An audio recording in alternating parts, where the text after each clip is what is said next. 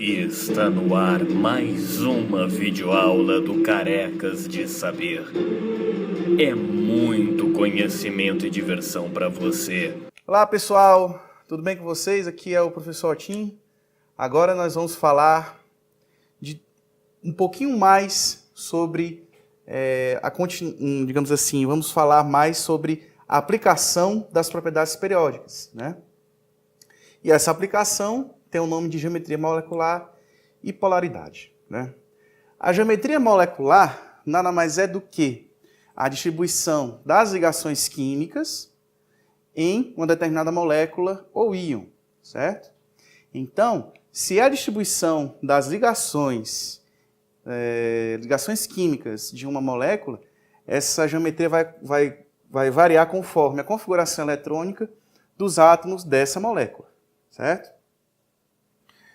Portanto, qual seria o nome dessa propriedade, né, ou dessa teoria, né? A repulsão dos pares de elétrons da camada de valência. Agora, por que tem esse nome de repulsão? Como as ligações e os átomos possuem elétrons, evidentemente que eles têm um poder de repulsão. Nós vamos ver daqui a pouco também que isso infere nas propriedades intermoleculares, certo? Então, olha só. Então, a repulsão, justamente por conta que tem elétrons, né? E os elétrons, como tem carga negativa, eles entram em repulsão quando ficam um próximo do outro. Só que a natureza, ela tende à estabilidade. Portanto, a geometria molecular nada mais é do que um método natural no qual as moléculas têm uma determinada forma geométrica, certo?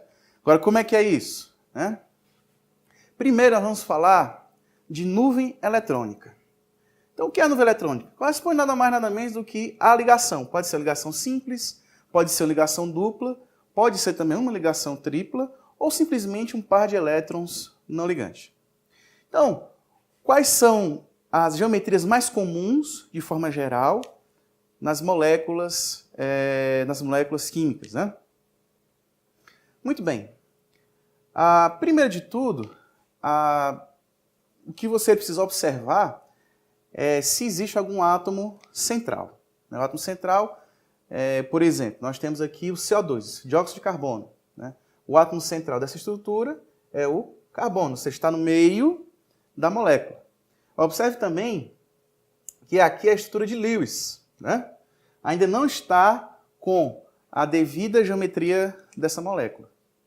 Então, veja só, se eu tenho um número de nuvens eletrônicas, ou seja, número de ligações ou número de pares de elétrons ao redor do átomo igual a 2, como no caso do CO2, como é que as ligações químicas, as ligações sigma, vão se orientar? Vão se orientar desse jeito. Observe vocês que aqui forma um ângulo de 180 graus. Portanto, qual é a geometria dessa molécula? O CO2 tem uma geometria linear. Por quê? Não existe par de elétrons que possa fazer repulsão ou atração por sobre essas duas nuvens eletrônicas. Agora, vamos supor uma situação em que nós temos três nuvens eletrônicas. Por exemplo, nós temos o SO2, o dióxido de carbono, e o SO3, que é o trióxido de carbono. O SO2, se fizermos a estrutura de Lewis dessa molécula, nós vamos observar que existe um par de elétrons que sobra, enquanto que o SO3 faz uma ligação covalente dativa ou coordenada para um outro oxigênio. Então, observe. Qual vai ser a orientação das ligações químicas ou das nuvens eletrônicas nesse tipo de configuração? Vai ser desse formato, certo? Vamos formar um triângulo. E o triângulo que tem um ângulo de 120 graus. Nesse caso, nós temos duas possibilidades de uma ligação trigonal planar, né? O SO2 nesse formato, observe vocês que tem o par de elétrons sobrando, né? Esta nuvem eletrônica vai causar uma repulsão nessas ligações, vai fazer uma certa angulação, vai formar um ângulo entre a ligação enxofre e oxigênio. Essa ligação nós chamamos de angular.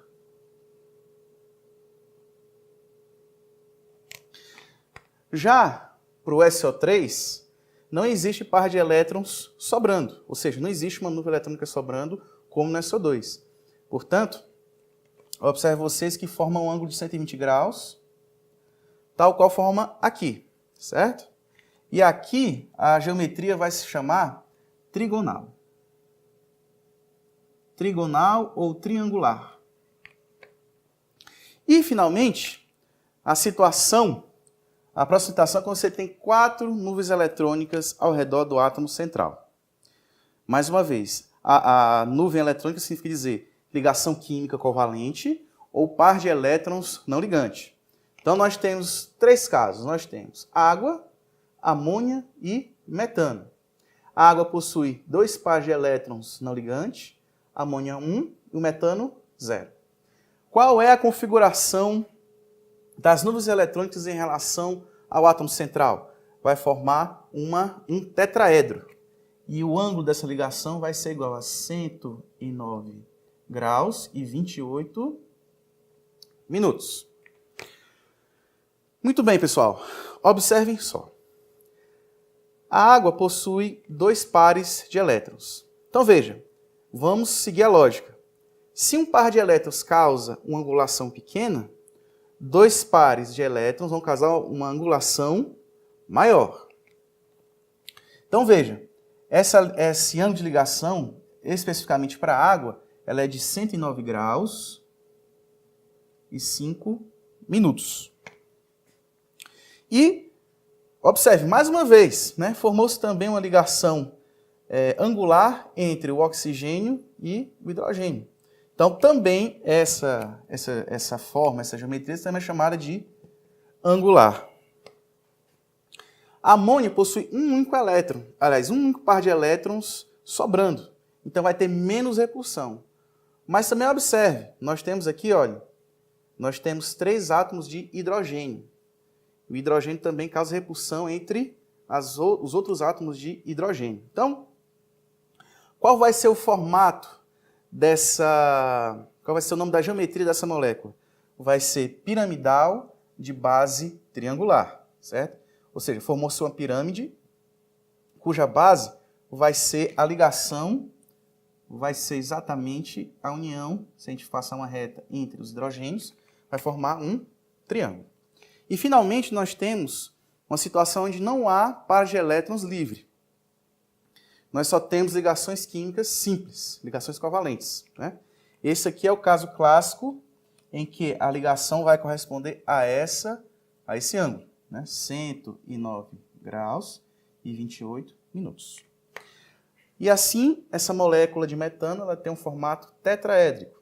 Vocês vão ver na parte de química orgânica, quem vai dar aqui é a professora Maui, vocês vão ver que essa vai ser uma estrutura fundamental na hora de vocês estudarem os compostos chamados sp3, né? Os compostos são saturados, ou hidrocarbonetos saturados. Muito bem, pessoal. Qual seria, então, um método para você determinar a geometria molecular de qualquer espécie química, qualquer molécula? Primeiro, você vai descobrir qual é a valência dos átomos que correspondem a essa estrutura. Em seguida, você vai desenhar a estrutura de Lewis, né?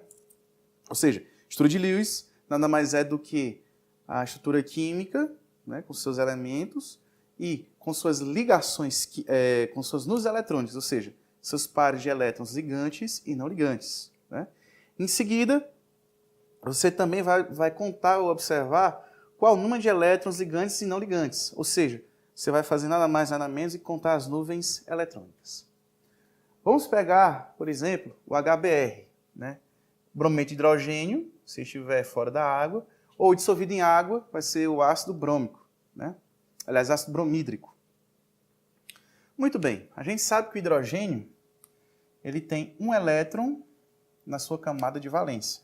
O bromo é da família dos halogênios, da família 17 ou 7A. Portanto, ele tem 7 elétrons na camada de valência. Então, vamos desenhar os elementos conforme a sua estrutura de valência.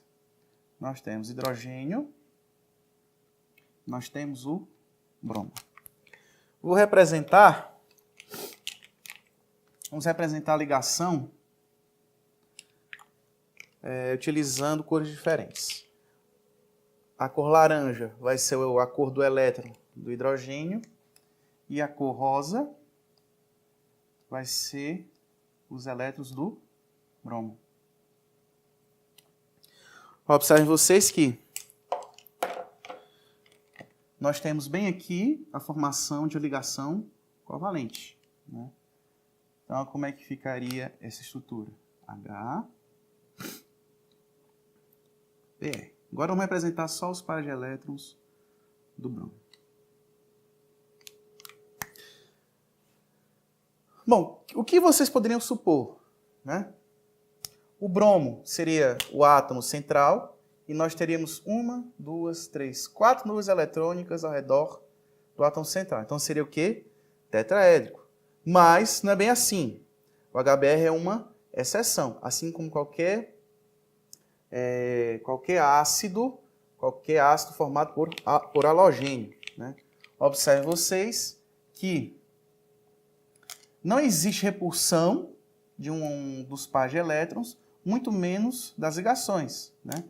Então, observe que nós temos aqui um ângulo de quantos graus? 180. Né?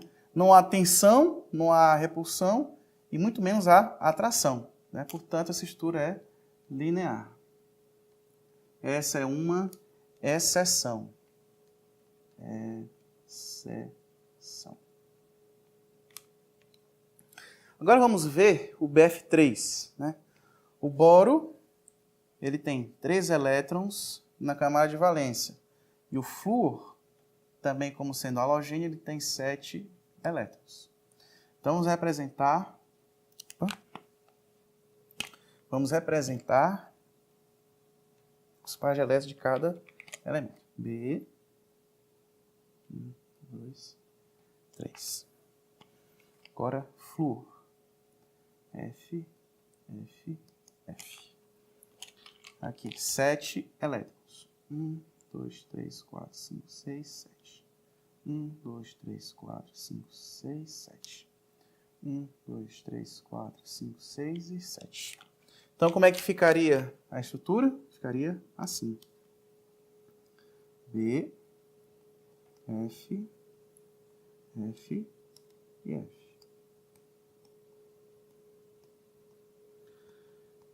Qual o átomo central? É o boro. Quantas nuvens eletrônicas nós temos ao redor dele? 3. Se são 3, lembra? Um triângulo. Portanto, é trigonal.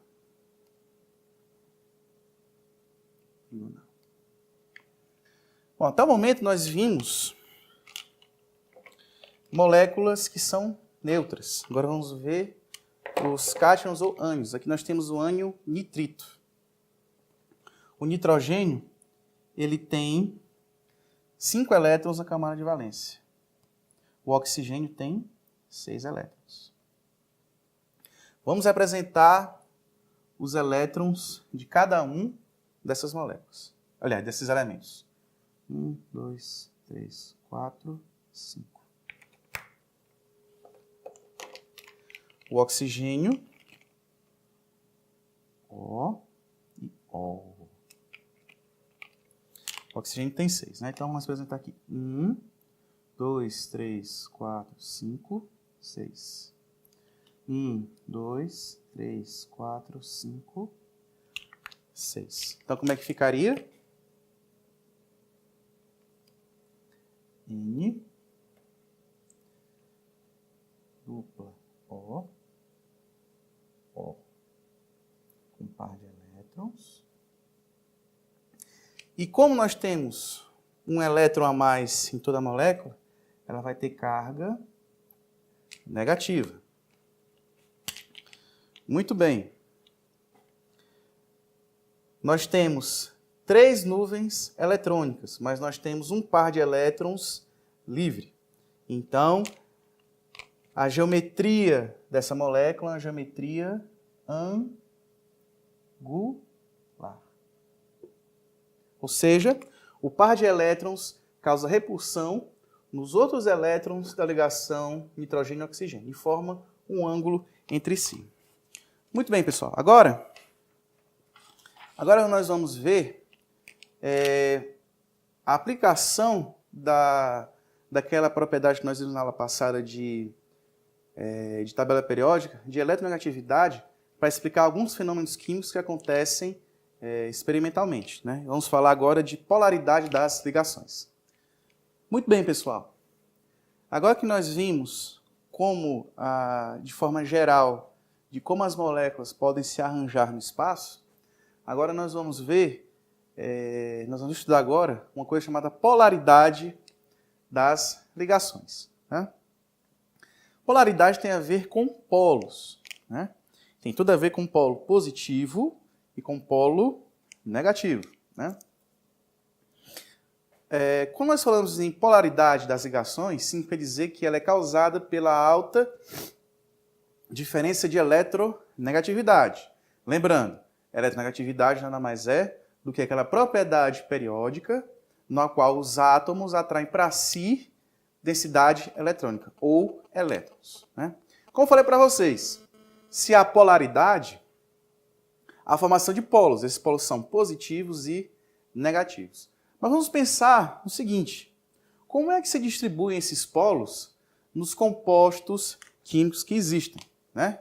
De forma geral, nos compostos iônicos, as moléculas sempre são polares. Por quê? Nós temos um metal com um não metal. Geralmente, o metal ele é um elemento que vai perder elétrons e o não metal é o elemento que vai receber esse elétron perdido. Portanto, sempre vai formar um polo positivo no cátion e um polo negativo no ânion. Agora vamos pensar nas ligações, nos compostos covalentes, né? Esses dipolos eles vão ser formados pelos átomos com diferentes valores de eletronegatividade. Lembre-se sempre que a escala de eletronegatividade é essa. Lembre-se da frase: Fortaleza, o clube nordestino brasileiro importa seus craques para Horizonte. Do flúor até o hidrogênio, a eletronegatividade é decrescente. Agora vamos estudar esse tipo de observação, ao estudar exatamente essa escala, em algumas moléculas. Vamos pegar o gás hidrogênio. Observe o seguinte: eu tenho dois átomos iguais. Portanto, a eletronegatividade do hidrogênio, vamos chamar esse hidrogênio de 1, esse hidrogênio de 2. A eletronegatividade do hidrogênio 1 é igual à eletronegatividade do hidrogênio 2. Ou seja, isso implica dizer que a diferença de eletronegatividade é zero. Se a diferença de eletronegatividade é zero, não forma polos. Certo? Agora vamos ver um outro exemplo, um átomo mais eletronegativo, o cloro, né? Vamos chamar este cloro de 1 e este cloro de 2. A mesma coisa, nós temos dois átomos diferentes, aliás, dois átomos iguais. Se os dois átomos são iguais, as suas eletronegatividades são o quê? São iguais. Portanto, a diferença de eletronegatividade é zero. Agora vamos pegar dois outros exemplos, agora com diferenças bem grandes de eletronegatividade. Nós temos o hidrogênio, nós temos o cloro. Isso aqui é o ácido clorídrico ou cloreto de hidrogênio, né? Ora, o cloro ele está aqui e o hidrogênio está aqui. Portanto, o cloro é o elemento mais eletronegativo. Se ele é o elemento mais eletronegativo, ele vai puxar para si os pares de elétrons da ligação. Portanto, aqui vai formar uma coisa chamada de carga parcial, que representa por um delta minúsculo. Delta menos. E o hidrogênio, como ele está sofrendo essa perda parcial de elétrons, ele vai só formar uma carga positiva. Observe que é uma carga parcial. Como eu falei anteriormente, nem todo elétron de hidrogênio vai ser perdido e o cloro nem vai receber totalmente esse elétron. né? É um deslocamento parcial dos elétrons. Então veja, a eletronegatividade do hidrogênio ele é menor que a eletronegatividade do cloro. Então a gente conclui o quê? Que a diferença de eletronegatividade é diferente de zero. Portanto, essa é uma molécula que forma polos. Portanto, a molécula polar. Mesmo raciocínio a gente pode aplicar à água, né? O oxigênio está aqui, o hidrogênio está aqui. Portanto, o oxigênio é o elemento mais eletronegativo, né? Então, nós temos aqui uma carga parcial negativa, uma carga parcial positiva sobre o hidrogênio e uma outra carga parcial positiva sobre o hidrogênio. Portanto, a eletronegatividade do hidrogênio é menor que a eletronegatividade do oxigênio. Isso a gente conclui que a diferença de eletronegatividade é diferente de zero. Então, pessoal, na próxima aula nós vamos ver uma forma generalizada de como a gente consegue prever se a ligação é polar ou não. E também como a gente representa isso de forma vetorial. Até a próxima.